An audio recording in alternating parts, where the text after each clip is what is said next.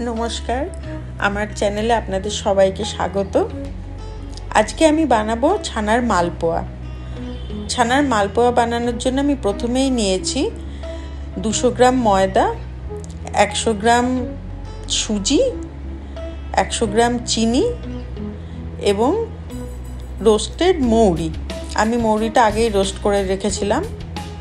আর আমি এখানে 500 দুধের ছানা বানিয়ে রেখেছিলাম, সেটাকে আমি এখন মিক্সিতে একটা পেস্ট করে নেব, একটু স্মুথ করে নেব।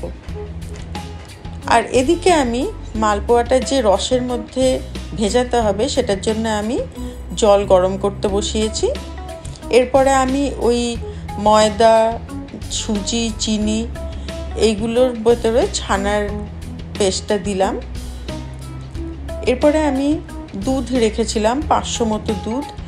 এই 500 গ্রাম দুধ আমি একটু একটু করে ওটার ভেতরে মেশাবো, যাতে লাম্প তৈরি না হয়। ওটা দেখতে হবে যে ব্যাটারটা যেন খুব স্মুথ হয়, সেই জন্য ধীরে ধীরে দুধটাকে ওর ভেতরে মেশাতে হবে।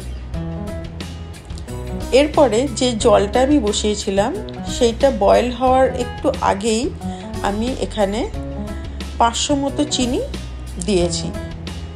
আর চিনির ওই শিরাটা বানানোর জন্য ওটার ভেতরে যাতে ট্রান্সপারেন্ট একটা ব্যাপার আসে, সেটার জন্য আমি এখানে একটা লেবুর রস দিয়েছি, পাতিলেবুর রস।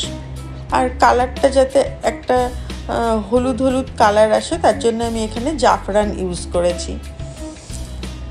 এইবার ব্যাটারটাকে আমি ঢাকা দিয়ে রেখে দিলাম একটু রেস্টে। আর শিরাটা হাত দিয়ে দেখতে হবে যে যাতে একটুখানি গাঢ় হয়ে আসে, সেই রকম একটা সময় এলে আমি ওটাকে গ্যাসটা বন্ধ করে দেব। এরপর আমি কড়াইয়ে তেল নেব, নিয়ে ধীরে ধীরে একটা ছোট্ট গোল হাতায় করে আমি ব্যাটারটা দেব। দিয়ে আপনারা দেখতে পাচ্ছেন এটা ফুলে উঠছে, লুচির মতো হয়ে যাবে, জিনিসটা খুব সফট হবে।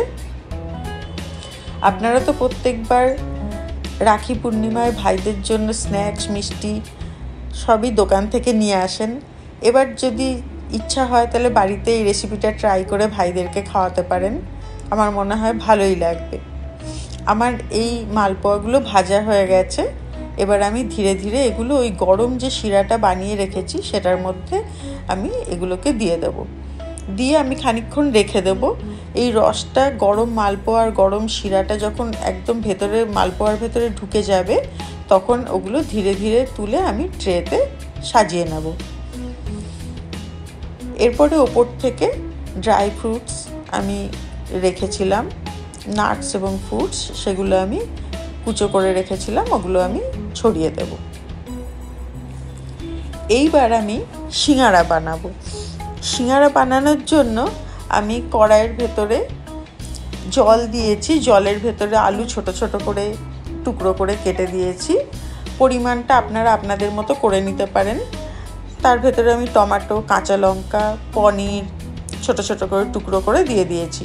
এর ভেতরে আমি নুন, হলুদ, শুকনো লঙ্কার গুঁড়ো, অল্প একটু চিনি, জিরে গুঁড়ো, ধনে গুঁড়ো সমস্ত কিছু দিয়ে ওটাকে আমি ঢাকা দিয়ে বয়েল হতে দিয়েছি। আর সেটা হতে হতে আমি এদিকে একটা ভাজা মশলা করেছি, যেখানে আমি জিরে, লবঙ্গ, দারচিনি, এলাচ আর শুকনো লঙ্কা একসাথে রোস্ট করে নিয়েছি, নিয়ে ওটাকে গুঁড়ো করে রেখে দিয়েছি। আর একটু বাদাম ফ্রাই করেছি, করে ওটাকেও আমি আধ ভাঙা করে রেখে দিয়েছি। এবার আমি সিঙ্গারাটার যে ময়দাটা, সিঙ্গারাটার বানানোর জন্য আমি খানিকটা ময়দা নিয়েছি। পরিমাণটা আপনারা আপনাদের মতো নেবেন। আমি 500 মতো ময়দা নিয়েছি। তার ভেতরে আমি ময়ান দেওয়ার জন্য তেল দিয়েছি, একটু নুন মিষ্টিও দেবেন। দিয়ে আমি এটাকে খুব বেশি শক্ত করব না, ডোটাকে হাতে একটু তেল নিয়ে, একটু বেশি করে তেল নিতে হবে, নিয়ে ডোটার গায়ে মাখিয়ে ওটাকে একটু রেস্টে রেখে দিতে হবে। এরপরে আমি ওটার ভেতর থেকে লেচি কেটে বানাবো। তারপরে যখন ইতিমধ্যেই আমার সবজিটা রেডি হয়ে গেছে, ওটার ভেতরে আমি ভাজা মশলা আর বাদামটা ছড়িয়ে দিয়ে আমার পুর রেডি।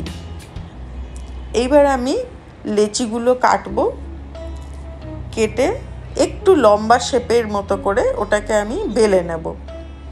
একটু লম্বা, গোল হবে না, জিনিসটা একটু লম্বা হবে, লম্বা শেপের মতো করে মাঝখান থেকে ছুরি দিয়ে দিয়ে কেটে নেব।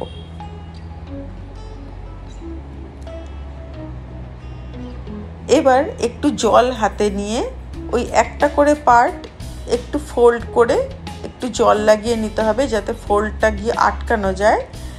একটা স্কুপের মতো হবে জিনিসটা, কুলপি টাইপের, ওইভাবেই ওটার ভেতরে আমি সবজিটা দিয়ে পুরো চারপাশটা হাত দিয়ে দিয়ে মুড়ে নেব। এরকম করে আমি সিঙ্গারাগুলো একটার পর একটা বানিয়ে রেখে দেব।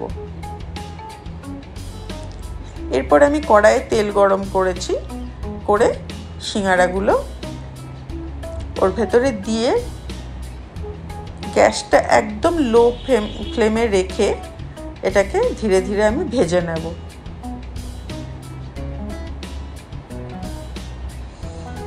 একটা দিক হয়ে গেলে খুব ধীরে ধীরে ওগুলোকে উল্টে দিতে হবে।